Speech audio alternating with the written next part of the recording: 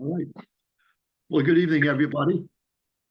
I hope you're well, and I imagine, like me, you're glad you decided to spend the colder weather in New York rather than Florida right now. Those poor folks are looking at a pretty bad situation. Well, tonight, what I thought I'd do is talk in general about the relationship of the church and world. And bring that up through Vatican II, because I really do think it's at Vatican II where we see a fairly significant development from a way of understanding the church and the world that's quite different than the world that many of us grew up in if we knew something of that pre-Vatican II church. And unlike most stories, which begin with chapter 1, I'm going to begin with chapter 13. In fact, I'm going to begin with two chapter 13s. Chapter 13 from the letter to the Romans and chapter 13 from the book of Revelation. Let me just give you a quick quote. Well, actually not that quick, but a quote from chapter 13 of Paul's letter to the Romans. This is written by Paul as a sort of introduction of himself to the Christian community in Rome. He had not yet been to Rome. Paul did not found that community, unlike many of the other letters that we have of Paul, where he's writing to communities that he helped to start and where he was a formative figure and is writing to them after his time with people. He's writing to Romans before he even got to Rome, and it's his way of introducing himself to the community. And what he tries to do in the letter to the Romans is sort of give them, as you might imagine an introduction might work, he's trying to tell them something of, here's who I am, here's what I believe, here's my outlook, here's the message that I preach about the gospel of Jesus. And in that book, in the chapter 12, he talks a bit about what he thinks the proper ethic of a Christian should be in their personal relationships. And then in chapter 13, he enlarges that to talk about what's a proper ethic in terms of the broader society, how the Christian community should deal with the broader world of the Roman Empire. And here's what he says. Let every person be subject to the governing authorities, for there is no authority except from God, and those that exist have been instituted by God. Therefore, the one who resists the authority resists what God has appointed, and those who resist will incur judgment. For rulers are not a terror to good conduct, but to bad. Would you have no fear of the person who is in authority? Then do what is good, and you will receive approval, for the authority is God's servant for your good. But if you do wrong, then be afraid, for the ruler does not bear the sword in vain. The ruler is the servant of God to execute divine wrath on the wrongdoer. Therefore, one must be subject not only to avoid God's wrath, but also for the sake of conscience. For the same reason, you must also pay taxes, for the authorities are ministers of God attending to this very thing. Pay all of them their dues, taxes to whom taxes are due, revenue to whom revenue is due, respect to whom respect is due, honor to whom honor is due. Now, what is reflected in that passage of Paul is his conviction that on the whole, the Roman state is just and useful to the Christian community. Useful in a very important sense, because what the Roman Empire did, which was it facilitated travel in the ancient world. The Romans built an extensive system of roads. Their purpose for doing that was to make it easier for them to transport troops from one part of the empire to another part fairly swiftly for those times. But also, they took control of the Mediterranean Sea, which was the heart of the known world at the time. And what they did was, with their fleets, they tended to control the amount of piracy that was there on the Mediterranean. So they helped to make the sea lanes safe for trade and for, again, for troop movements around the empire. But what they didn't plan on, and what Paul took advantage of, was by making travel safer and easier than it had been before in the ancient world, they facilitated Paul's missionary activities. Paul was able to travel to the various churches he wanted to get to in his missionary work. And so for him, Rome was providing a useful service, not one that they intended, but it worked to Paul's benefit. And so what Paul is doing here is simply suggesting, look it, Rome is letting us do what we need to do to spread the gospel. So make nice with Rome. Pay taxes, obey the laws, do what you got to do to get along with the authority. And meanwhile, the gospel was spread. Remember, too, when Paul is writing at this point, he doesn't expect the world to be around very long. He thinks the end time is coming soon. So for Paul, why get all exercised about political issues? Not that important. What's important is spreading the gospel to as many people as you can get to. And the Roman Empire unwittingly facilitates that. So get along with them and do what you have to do to go on with the business that really matters to you. But there are other ways of thinking about this. And if you fast forward a few decades, now we're talking about maybe 90 to 100 AD. And the writer of the book of Revelation has a very different take on things. Let me just read to you a passage there.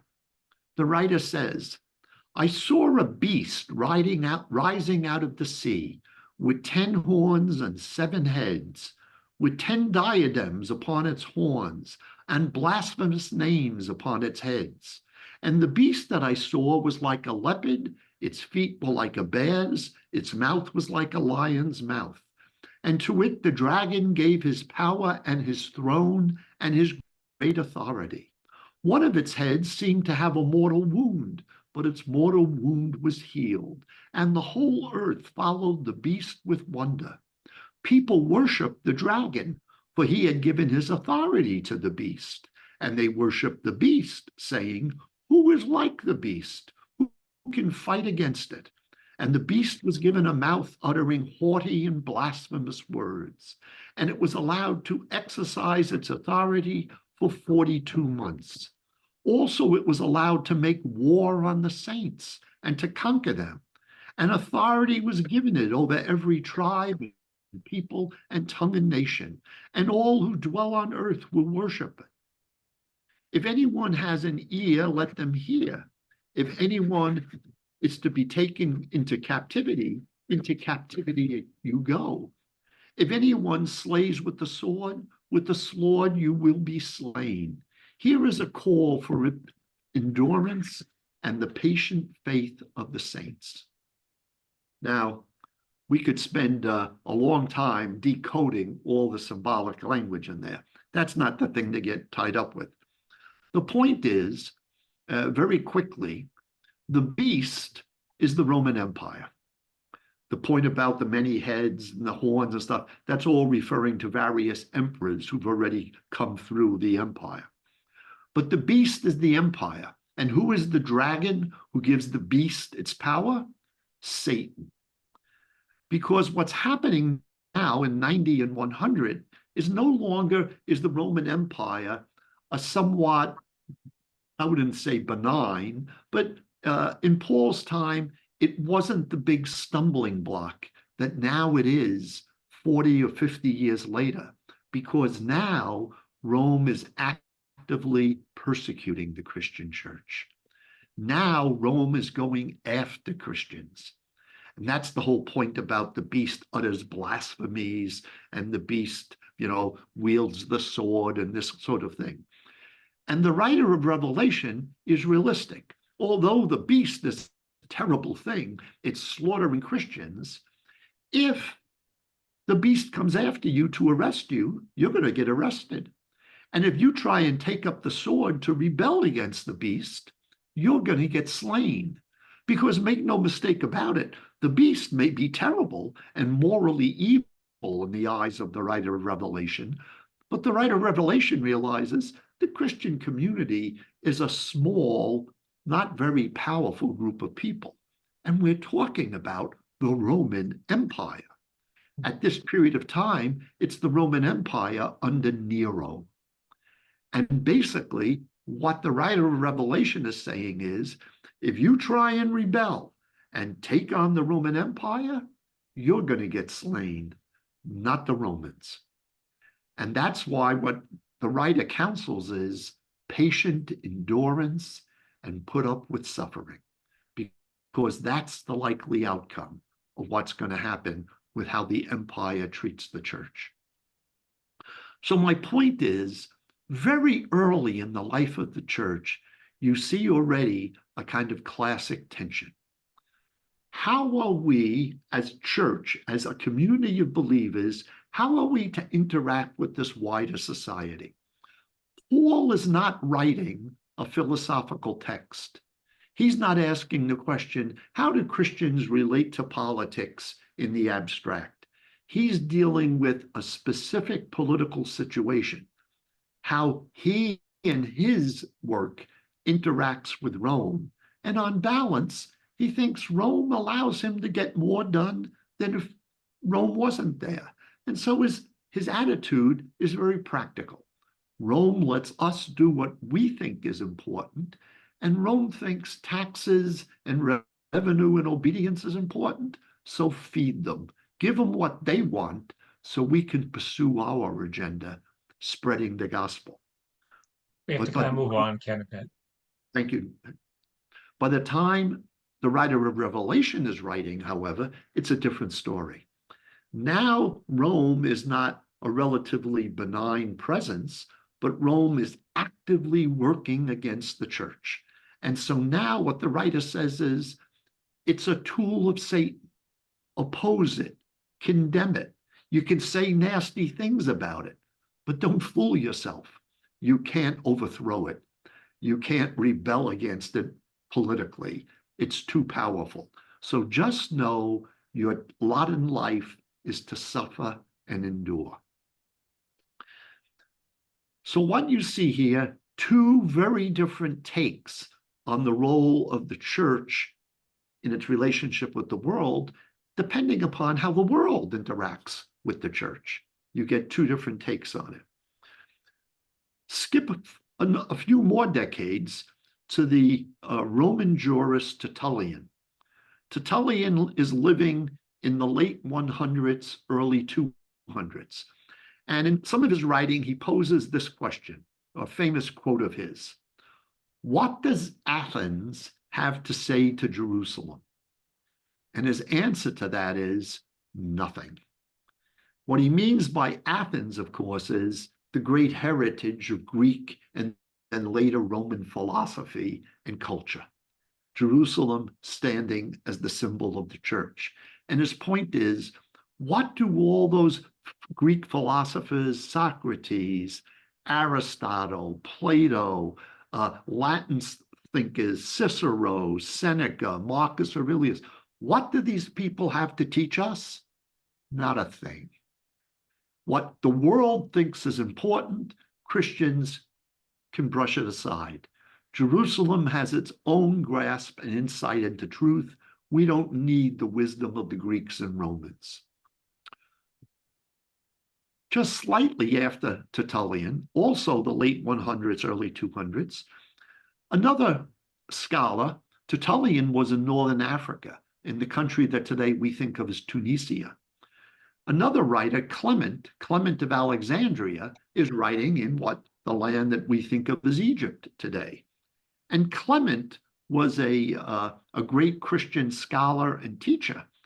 And Clement, in one of his writings, asks this question: can a rich person be saved?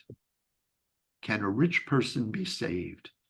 And his answer is yes, but it's going to be tough. And his view for that is simply, he takes up that famous quote that we all know from the Gospels, that it is easier for a camel to pass through the eye of a needle than for a rich man to enter into heaven. And Clement writes this essay basically saying, if you are affluent, if you are rich, the best way for you to get saved is you better be very, very generous. And Clement's essay is a long treatise on the absolute centrality in the Christian of being generous, being hospitable to strangers, of being one who shares whatever good fortune you have to share it with those who have less. That's the only way a rich person can be saved for Clement.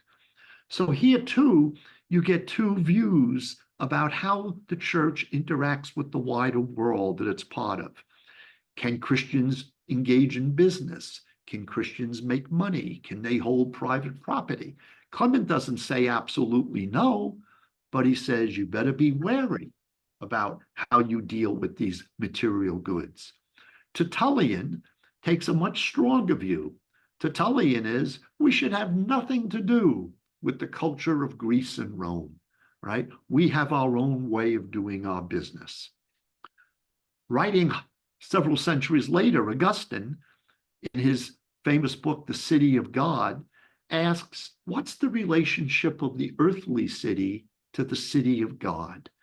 And for Augustine, it's basically a very, very pale imitation. You ought not expect much from the earthly city. This is something that you and I, as Christians, we have to slog through. But our true home, if we're called to be there, is with the city of God. And our present earthly life is at best a kind of, you might say, lesser of two evils.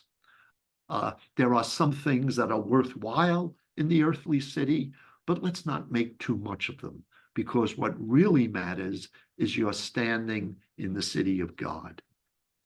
If you skip ahead now several centuries and go to the 1200s, this is the time of Thomas Aquinas. And Aquinas does something that Tertullian was probably spinning in his grave over. Because what Thomas does is he goes back and he looks at the writings and the work of Aristotle. And what many people would say is basically Thomas baptizes Aristotle. He integrates Aristotle's ideas into Catholic theology. And he does this in many places, but one of the areas where he works with Aristotle is precisely Aristotle's writings on politics. And what Thomas says in a much more positive way than Augustine did centuries before him, Aquinas says, look it, yes, there is more to life than what Aristotle understood.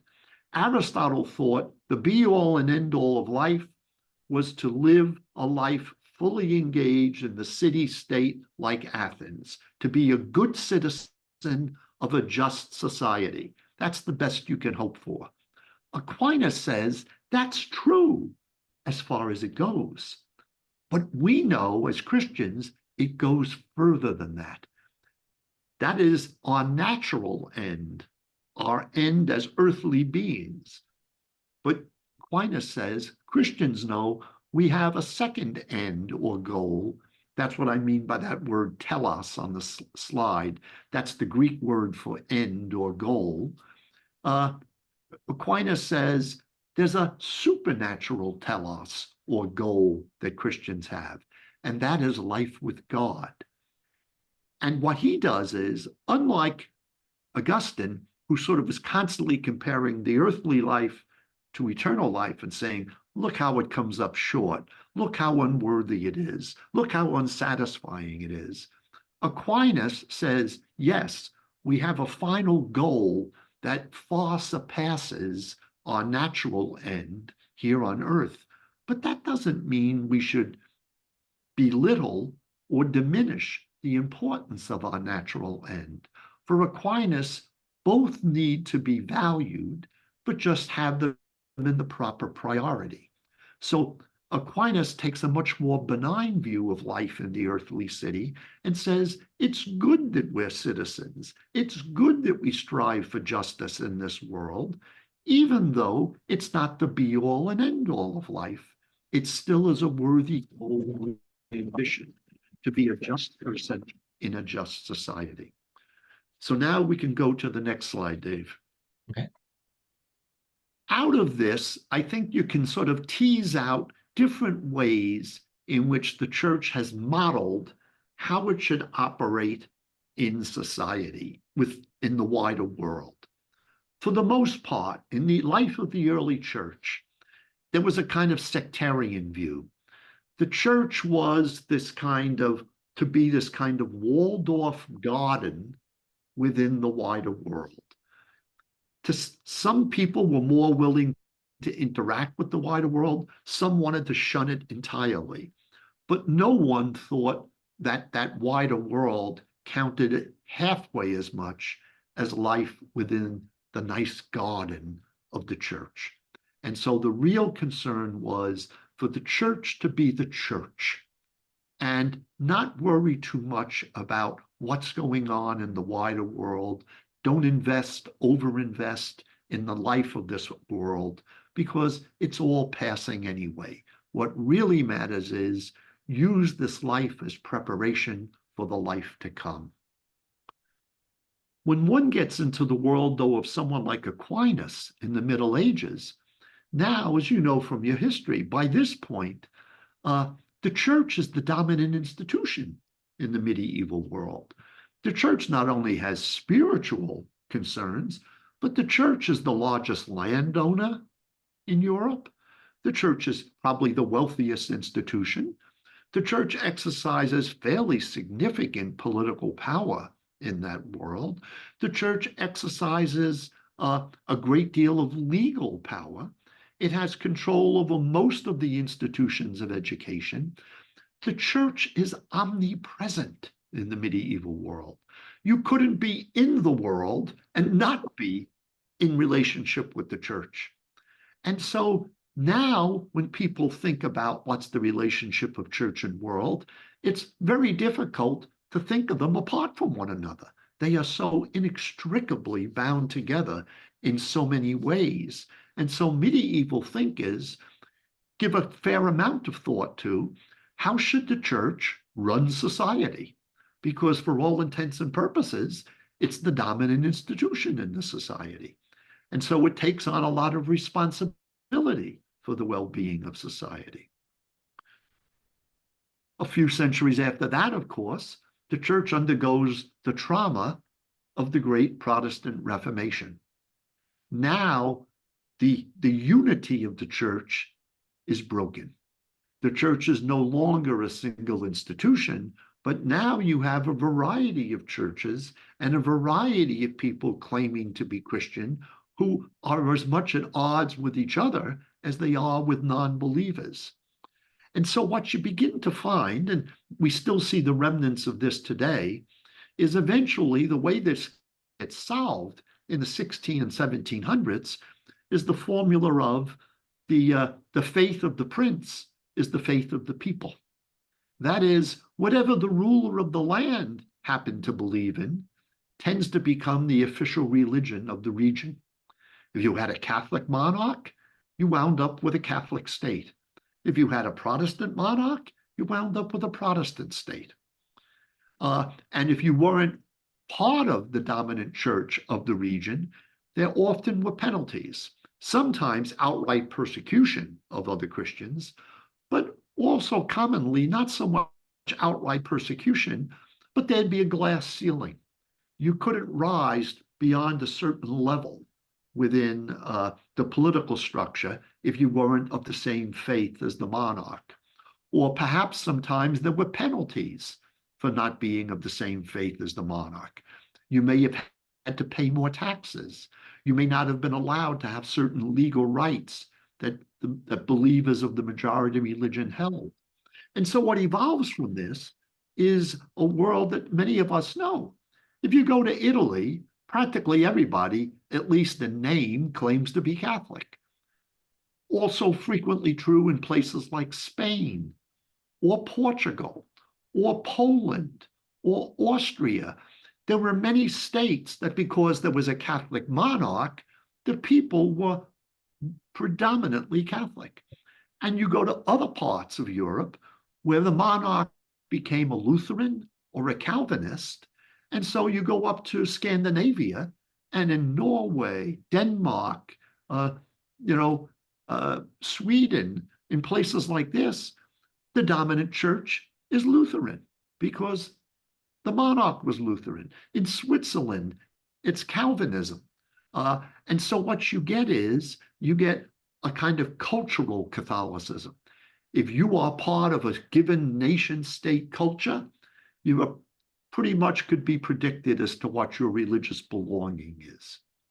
That's one way, or another way in which people tried to resolve this church world relationship. Here in the US, we didn't do that, right? Because we didn't have a national church. We didn't have this kind of wedding of church and state that you got in Europe with monarchs who took it upon themselves to sort of define religion for their region. Here, because of the separation of church and state, there is another way in which people sort of try to adapt to the reality of the wider society. For Catholics, this became what I'm calling their selective engagement. That is, most Catholics saw America, United States, as a Protestant country. And so when the number of English Catholics who came in the early colonies, they were a very small number. And because they were English, they tended to fit in with the wider Protestant English culture. And where they were allowed to practice their faith quietly, they did.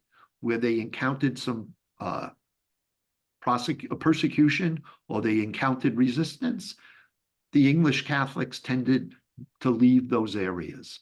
So many English Catholics in the early years of the country, colonial days and then post-colonial, they settled in Pennsylvania and they settled in Maryland, where there was religious tolerance for Catholics. But when immigration begins to come in and kicks in, and immigration in this country from Western Europe really kicks in from 1820 to 1920, in those 100 years, that's when you get these huge waves of European immigration. Initially, it's coming from Germany and from Ireland. Eventually and that starts in the 1820s. By the 1860s and 70s, it starts coming from Italy and then French Canada.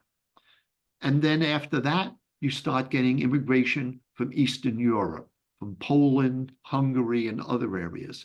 But even as those other waves of immigration are occurring, the Irish and the Germans are still coming in the 1880s and 1900s and 1910 and 20. So there is the huge influx of culture, but it's still a nation in which the majority of the nation is Protestant. And Catholics still feel as if they're kind of guests at the dinner table. They haven't really been accepted. And so what you find is the image that many people used was the Catholic ghetto, that Catholics, because they were immigrants, with the exception of the Germans who went to agrarian areas, but the Irish, the Poles, the Italians were urban. And so you found in many of the large cities of the Midwest and the Northeast, you found these kind of huge sectors or areas or neighborhoods of American cities where there were very large numbers and populations of immigrant Catholics who engaged with the wider culture on almost a case-by-case basis. You might have had to engage with the wider culture in terms of a job, but not necessarily in your cultural life. So for many Catholics, their parish was not just the place you went to for religion, but it's where you went to socialize. It's where you saw to it that your kids were educated. Uh, the parish was a cultural center and not just a religious center for many Catholics. It wasn't just something on Sunday, it was something that really infiltrated people's lives in fairly significant ways. That all begins to get rethought, I'd like to suggest to you, with Vatican II. And Vatican II begins a search for a new model.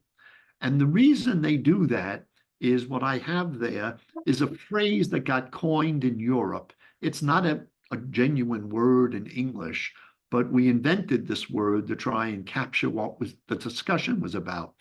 And the argument was that what was happening to Catholic faith was it was engaging in privatization. That is, people's faith was becoming privatized.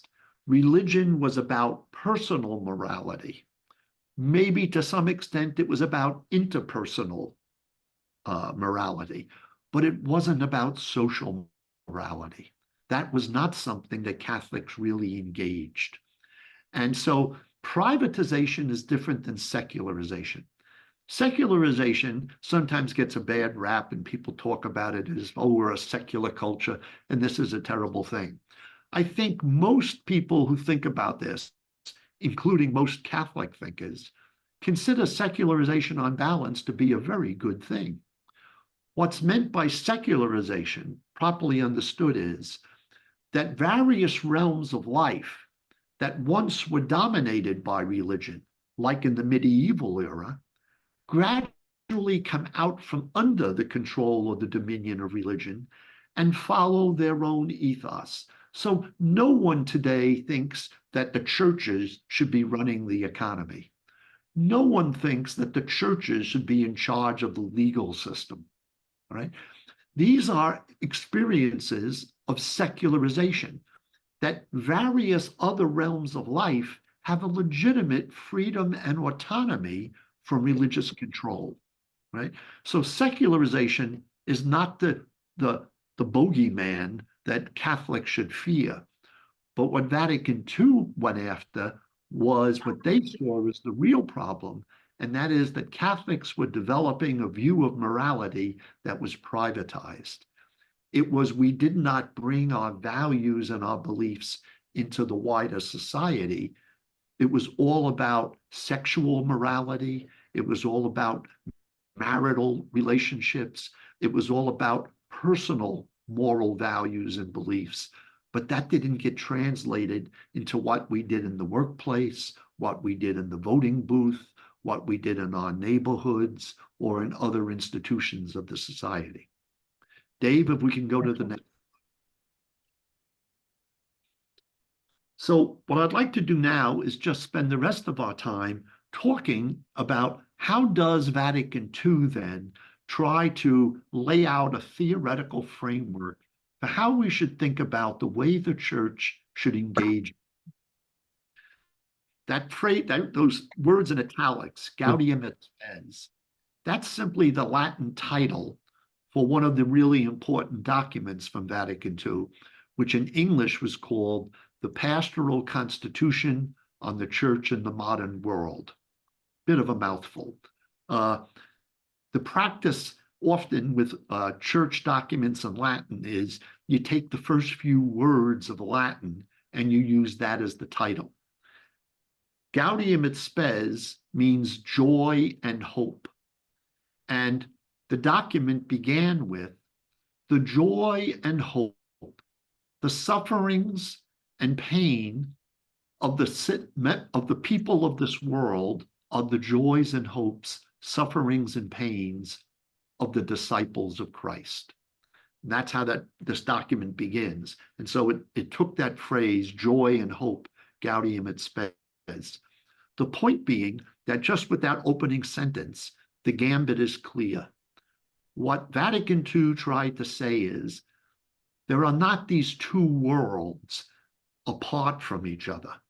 But what goes on in the world, both joyful and hopeful, as well as painful and suffering, those are the same joys and hopes, sufferings and pains of disciples of Christ. that Christians live in the same world and have the same human experiences that others have. So what they try and do here at Vatican II is to ask, why does the church engage with this world?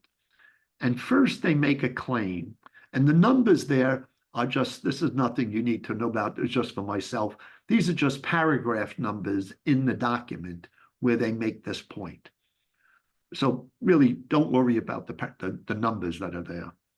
The first marker that they lay down at the council, right? And again, this is the bishops of the world who were there at the council. It's the bishops of the world who signed off on these documents. The first marker that they lay down is that what the church must do is safeguard the transcendence of the human person.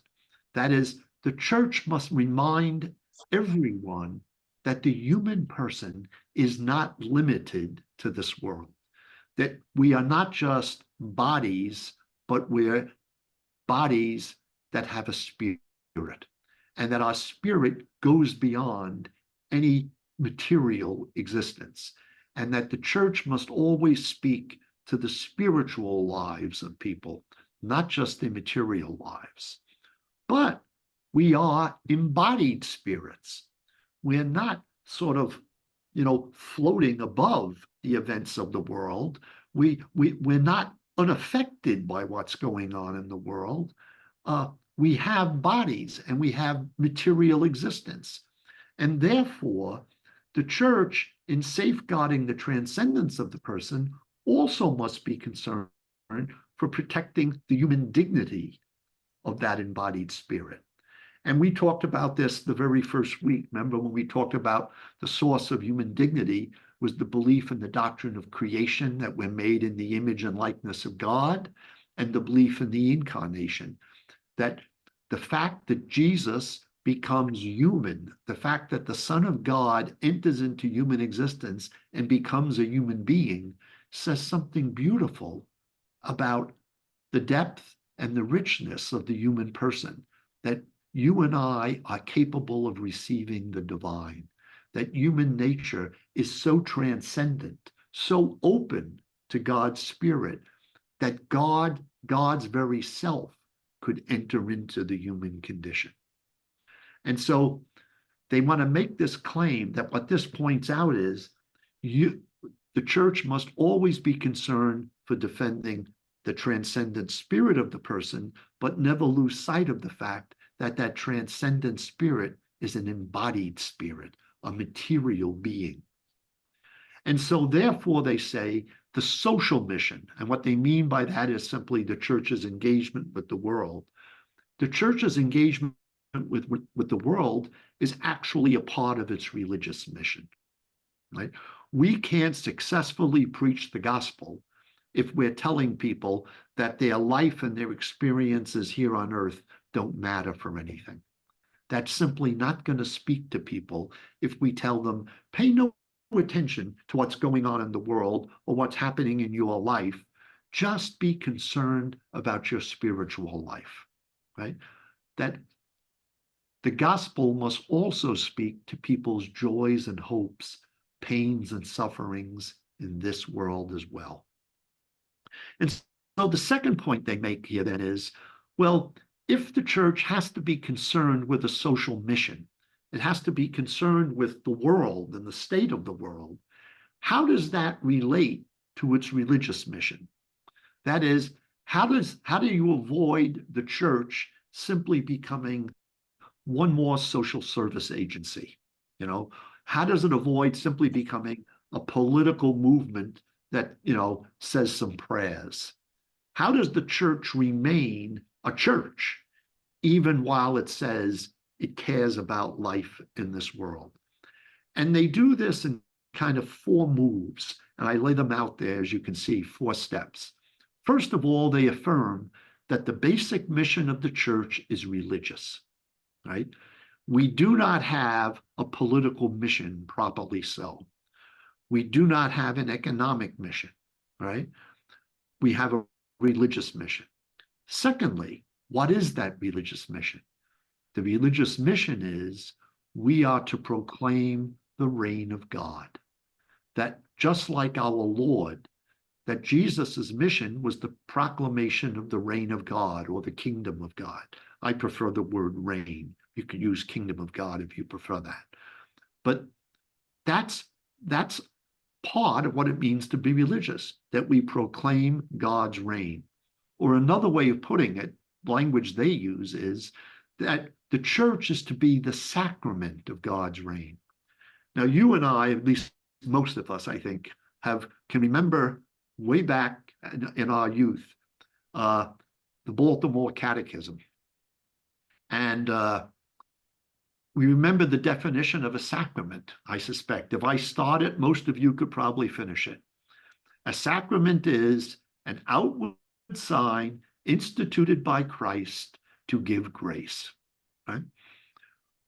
Well, that sacrament with a capital S, one of the 7 sacraments that we celebrate, the rituals that we have. But what they're talking about here is sacrament, as you see there, with a lowercase s.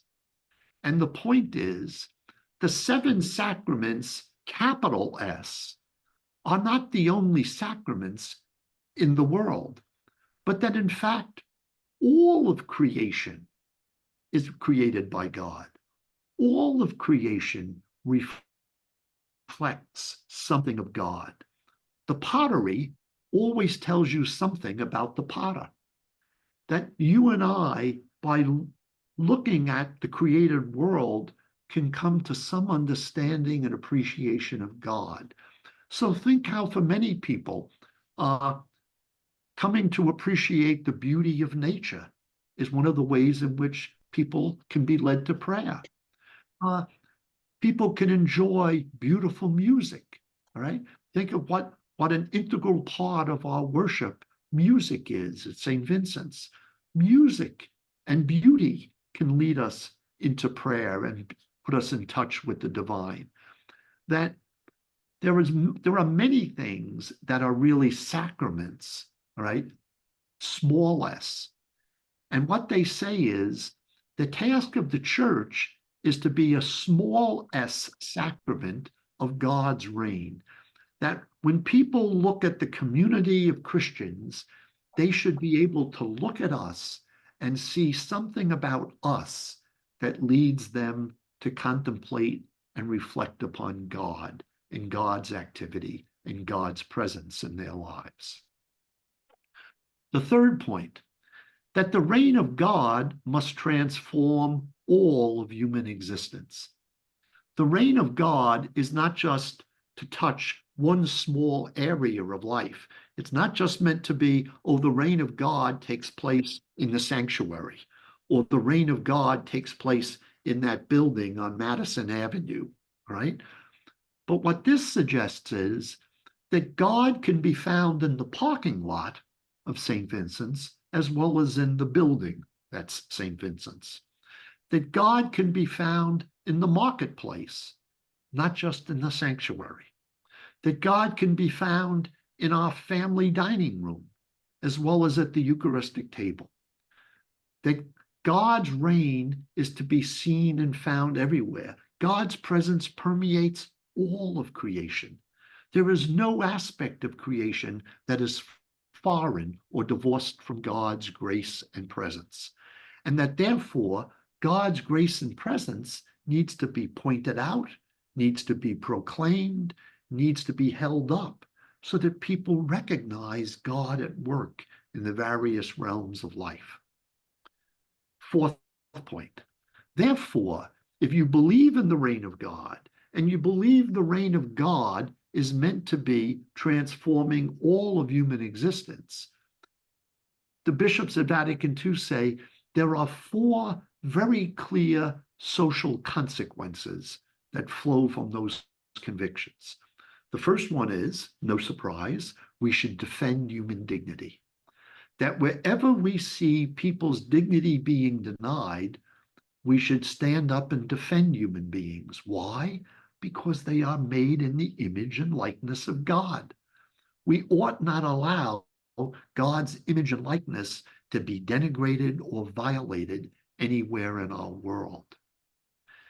Secondly, we talked about this, if you remember, 2 weeks ago, talking about human dignity, that in the modern world, one of the ways in which we sort of promote and protect human dignity is by promoting human rights. That societies and cultures that defend and enshrine human rights, these are the cultures that and societies that tend to uphold human dignity. And so the roster of human rights that the church, you might say, endorses is a fairly extensive. In fact, it's almost coextensive with the UN Declaration of Human Rights from 1948, that there are a whole series of rights that we uphold because we think they are essential to protecting human dignity.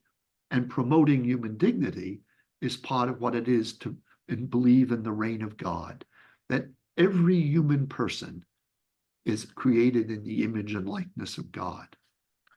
Third step, the task of the church is to foster human unity. That is, this goes back to what we talked about last week, the communal sense of Catholicism. This great emphasis on we are not individuals for isolation, we are individuals who live within communities. And so one of the best ways in which you enhance human life is put human beings in the midst of good environments, put them in good communities, put them in good societies. We all know that it's much easier for us to be good if I'm surrounded with other people who are virtuous and being good, right? It's much easier for me to stand up for truth if I'm not doing that all by myself vis-a-vis strong opposition, but I'm standing with many others who say, yes, this is the truth. It's much easier to extend mercy to others if I'm living with people who extend mercy to me, right? Communities enhance people's experience of their dignity and worth. And so what we should be doing is fostering and promoting human unity by fostering and promoting good societies and good communities within society. And the final step here is none of us likes to think that we're engaged in life that has no meaning or purpose, right? We all like to be able to answer the question, why did you do that? Right? Or why have you chosen that way of life? Or why do you do the work that you do? Right? Why do you stand up for the things you stand up for? We'd all like to think that as human beings, we do things with a purpose. We do things with an aim, right? We just do not go through life in a kind of indifference as to, oh, well, A, B, C, D, who cares, whatever, right? Rather, we tend to think of ourselves as purposeful beings.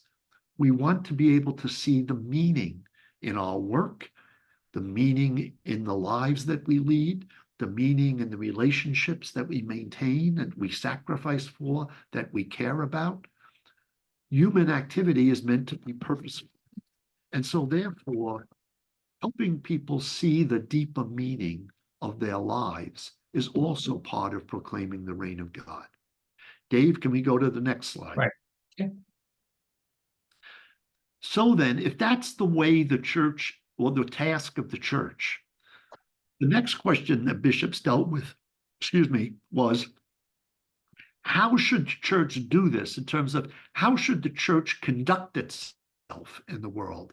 How does the church fulfill that mission that it has to proclaim the reign of God? What's the style of our modus operandi, you might say, our way of operation, our way of being? And what the church suggests is we begin by engaging the world, the wider society, in conversation. We ought not come to the table presuming we already have all the answers. You know, there was always this tendency, at least some of us, I think, knew a church, where you got the impression that the church came into the room and it said, I've got the answer. by the way, what was your question? You know, what this suggests is we need to elicit from people, what are their questions? What are people looking for? What are the things that trouble people? What are the things that give people joy and hope? What are the things that cause human suffering and pain? We need to engage people in conversation about how is it that we can enhance and promote your human experience, and how can we help you avoid some of the darker sides of life in this world? What that proposes is that the church acknowledge it can learn as well as teach. Those of us who have been educators know, right? But I think any parent knows this. We may be loath to admit it, but sometimes we learn from our students. Sometimes our kids teach us things, right? Good teachers are people who are good learners, who continue to try to be open to where is there new insight to be found? Where are the new experiences that I have not really integrated into my worldview, that I don't fully understand? And so we have to be ongoing learners in life. And what the church wants to say is, yes, we have a tradition. Yes, we have a body of wisdom that we think is worth sharing and worth proclaiming, but we also think we can learn from others with other traditions of wisdom, with other experiences, so that it's a dialogical process. And what that leads to is the third point, that the church respects other institutions and fields of endeavor. In other words, we're not trying to dominate society. We're not trying to turn the world into a monastery, right? We think there's a legitimate place for freedom and autonomy of other institutions and other peoples. This is the point about secularization again. We don't fear secularization. We don't fear the fact that the church isn't in control of every realm of life, right? We're not trying to recreate the Christendom of the Middle Ages.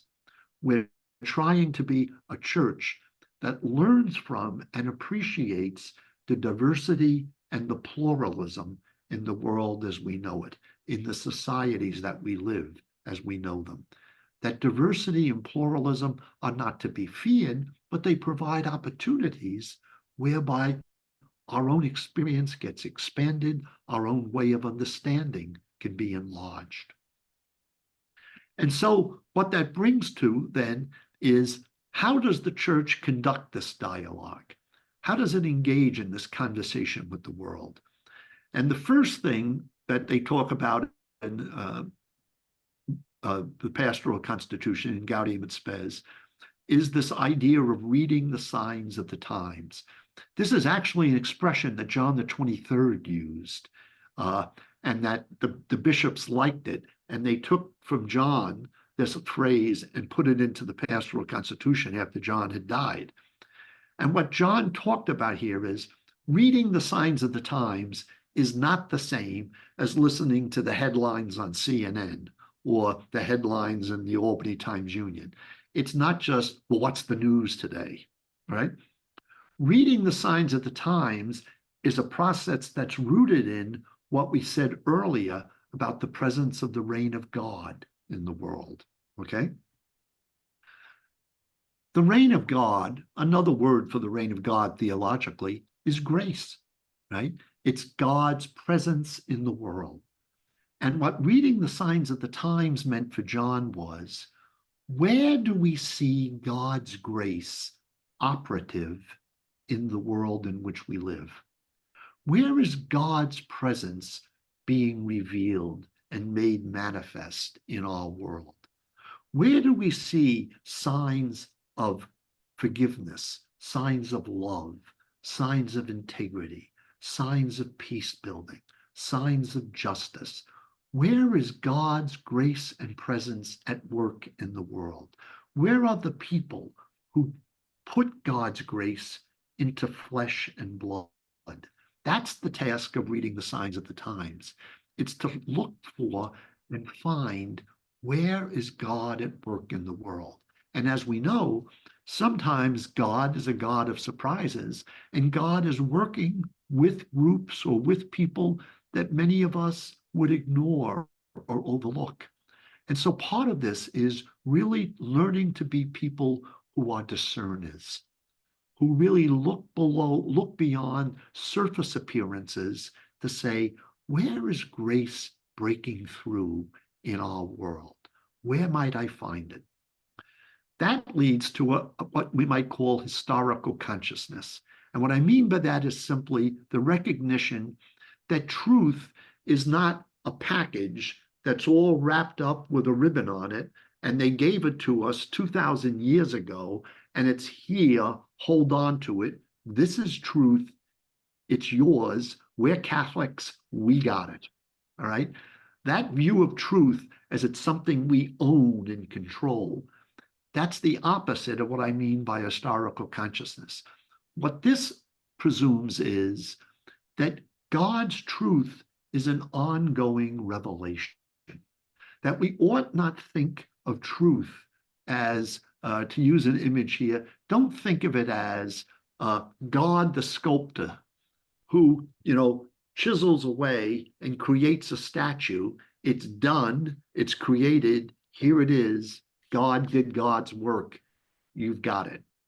Rather, think about God's activity is much more a live performance by a musician. It's not just one time we chiseled out, here's the statue that now lasts for ages. Think of it much more as God is ongoing activity in the world. God's revelation continues to happen. God continues to be made manifest and present in the world. And do we have enough of an understanding of history and how history is evolving that we're able to recognize God in the world? Can we read the signs of the times? So it's really all about, you see, as I have there, discerning history, looking at the human story to find out where has God been at work in the world. And sometimes we only get this in retrospect, right? It's sometimes only in retrospect that we begin to say, I was fearful of that, but actually it's a good thing. This really is of God, right? I think it's fair to say that, many people have reacted to great social changes. Think about coming to an appreciation of the equality of races. Well, that was a fearful thing for many people, right? Not everybody was comfortable with the idea of promoting equality of races. But now, with the wisdom that's come with ages, we see how much healthier and better we are as a people, that we have moved beyond the segregation and the discrimination and the prejudices we had towards minorities in this country. Something of the same thing, I think, can be said about how the church is very hesitantly coming to terms with women's equality and the women's movement in our world. That these are things that provoked some anxiety and fear in people, but those same people have over time come around and said, this really is right. This is really what's proper. This is appropriate. So can we see God at work? It'd be nice if we could see it at the time, in the present moment, but sometimes our wisdom only comes in retrospect. But even that is an achievement, that we can look back at our past and acknowledge and accept where God has been at work in the world. And so what this points out, I'd like to suggest, is that there is a convergence of human history and salvation history. And what I mean by that is quite simply, think of, I was trying to think of a good concrete example that we'd all be familiar with. Think of the exodus of the Jews from Egypt, that the Jews were liberated from their slavery in Egypt. You and I know from our, hearing of the word of God being proclaimed, how often in the Old Testament there is a hearkening back to that we were once slaves and we were freed by Yahweh, that God took us out of Egypt, that we were once enslaved, and God brought us out of Egypt and brought us into a land of milk and honey, where the promised land to us, where we could experience the freedom of the children of God. It was precisely because of their experience of what God was doing for them in freeing them from enslavement in Egypt that the Jewish people came to see Yahweh was their savior. Yahweh was their God. They would not have come to that recognition if they were still enslaved in Egypt making bricks, right? They came to believe in the truth of God as their savior because they had experienced God as saving them from slavery. And so that's what I mean by the convergence of salvation and human history. These are not two narratives unrelated to one another, but it's precisely our religious insights emerge out of our human experience of our history in life. It's precisely because of my experience of the love of people in my life who love me, I can believe in a God who's love. God's love becomes real because of the love of human beings who mediate God's love to me. This goes back to the point about the small s sacrament, you see, right? Human beings can be sacraments of God's love to one another. We mediate God's presence to each other. It was John the 23rd who said that you and I are the only sacrament some people will ever receive. They are not going to go into our churches. They're not going to participate in our sacraments, uppercase S. But they are going to meet us. They are going to encounter us. And if their meeting with us becomes for them an experience of grace, an experience of God's love and care for them, we become sacraments of the reign of God for others. Okay, let's go to the final slide. So what does this mean then? That's the vision of Vatican II in a nutshell. What does that mean for us today? And what I want to suggest to you is what some people have proposed is that what we're seeing, and this is not like something that was, decided in 1965 and boom, it's there for all time. This is a movement that's being created and forged even now as you and I continue to live in the church.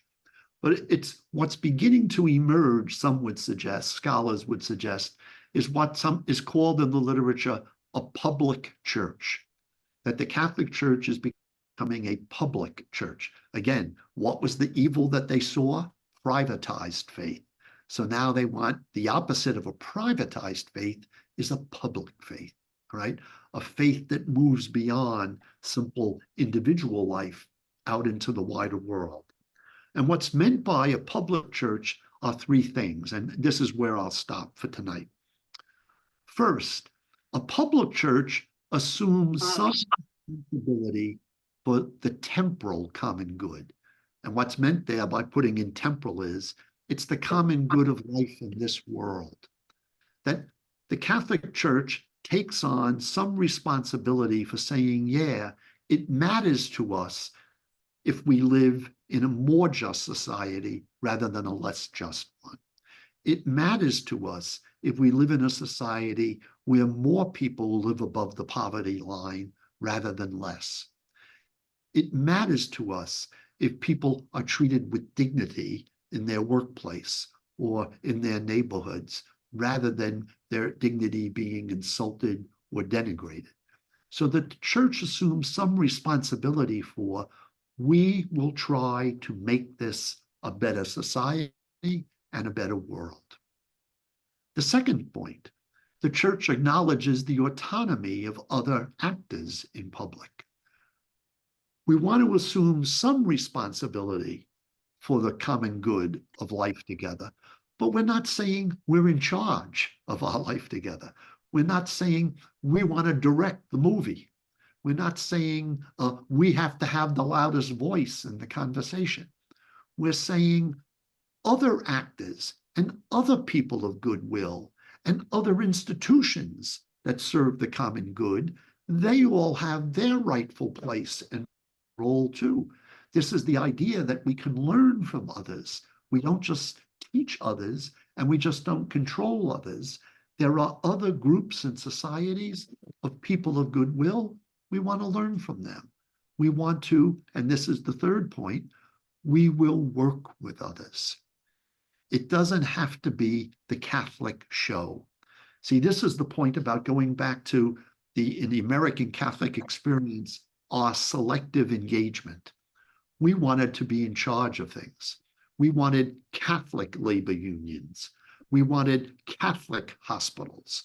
We wanted Catholic schools, right? We wanted Catholic orphanages and Catholic social services and all the. We wanted to be, we wanted to do some good, but it was always on the terms that we dictated. It was always with us being in control as a church, right? And what we're saying here now is that, yes, it's a good thing for the church to be involved in education, and it's good that we have social services and that St. Vincent's has a food pantry. This is all ways in which we contribute to the well-being of society. But we don't have to be in charge of all food distribution in Albany County. We don't have to be the only ones who run a school system. It doesn't, you're a Catholic doctor. You don't have to work only in a Catholic hospital. That we can use our talents and gifts and work with other people and other institutions of goodwill. The real task is, do we form coalitions with others that really promote the common good rather than just our own self-interested definition of the good? That's the challenge for us. Now, next week, I'm going to try and bring this down to a little bit more concrete and practical questions about, well, how does this play out in an election year? How does it play out for you and I as citizens in American society? So we're going to get to the perhaps somewhat more concrete next week. But I think we need to understand as intelligent thinking adults that we're not just about solving practical problems. We need to see the spirituality and we need to see the faith dimension of our politics. And that's what I hope you got some sense of tonight from my presentation, that there's a rich understanding of what it means to be church and how the church should be interacting with our world, with our wider society, and to realize that we've gone through various stages over the course of 2,000 years. There's never been any one way of being Catholic in the world. There are various strategies, some of which were quite feasible and quite responsible and quite sensible given the state of the world at the time. But there are other times when perhaps we went down a dead end. There have been times we made some choices that probably weren't as wise or as insightful as one would have liked. But that the overall history of the tradition is that I think Vatican II has wisely drawn from is that at our best, we've been a church, and all I mean by church is us, the community of believers, that the community of believers at its best has never written off material existence and the world in which we live as unimportant. And the real task is, how do we help to build a better world, not just for us Catholics, but how do we build a better world that's a world that has a common good in which all benefit, in which all can share in? That's the challenge for our time today, it seems to me. And I think Vatican II has at least given us a strategy of this public church that is an incipient plan for this is the way to move forward. Maybe we'll make some, missteps along the way. Maybe there'll be some trial and error, but that the overall strategy for how you and I are to live in the world, I think looks something like this emerging public church. So I'll stop with that. And Dave, if you would, we could put up Got some questions. We have two questions. Did you experience any remnant of the past models of the church-world relationship when growing up as Catholic? What are examples when the post-Vatican Church has failed or succeeded in being a public church? Different concrete measures there. I'll put them into the breakout room. Again, the guidelines, it's just a starting point of your conversations. I'm going to share these guidelines and some of the guidelines and the questions in the breakout room. You don't discuss any or all of them. Use them to stimulate your conversations. Everybody has the opportunity to speak, but not required to do so. You're very welcome to put in chat any questions or comments for Father Ken. We'll review them afterwards, as well as if others have something they want to say individually. So I'm going to stop sharing at this point. People there. And so I now open it up to, let's go check here. I'm looking in the chat. I'll start with the chat and I'll read a couple things from the chat and then let's see. Jan, I'm going to ask you to talk about that in a moment. Okay. Jan had a thought for the group and I will, some bishops, well, Jan, I'll share Jan's thought about that. She's saying, hey folks, I found myself thinking about these sessions during the week. Is anyone interested in having a text group to further discuss what we've learned about? I'm enjoying what we've learned about. So Jan can talk about that too individually, but I want to do at least that. And the comment we've had is some bishops seem to want to deny communion to some politicians who disagree on abortion. So we have a couple things there. I'm going to go back to, let's see.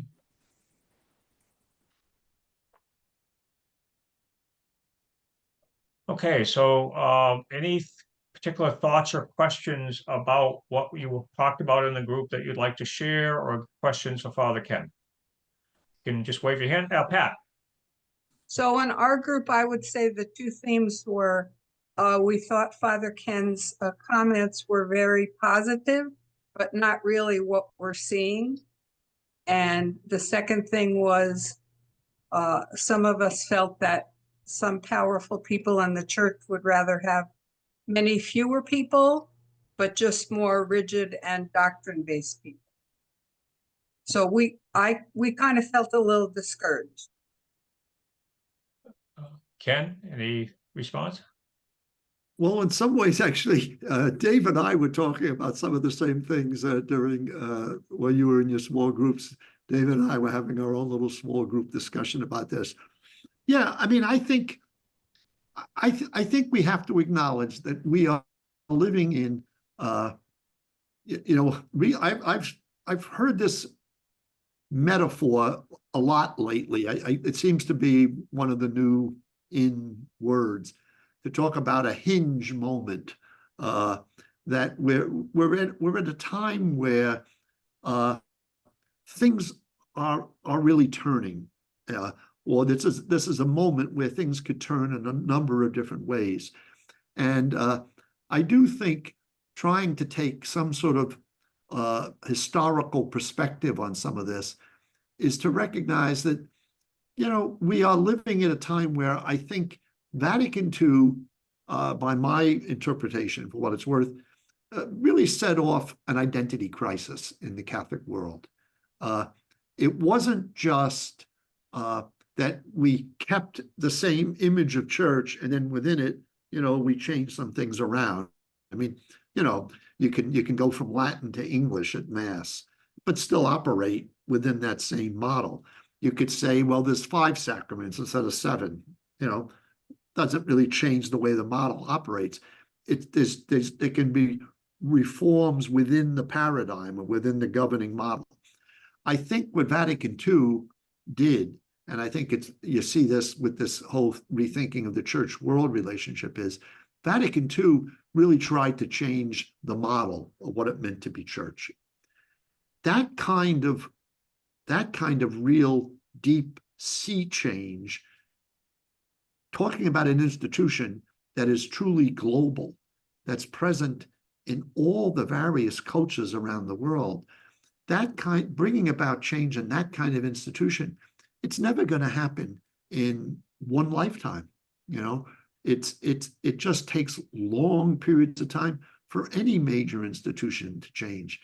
You think about how long it took, like say, take a governmental system like the United Kingdom, how long it's taking and took to move from, you know, a truly monarchical system to some sort of parliamentary system. And think of the violence that went on to bring that all about.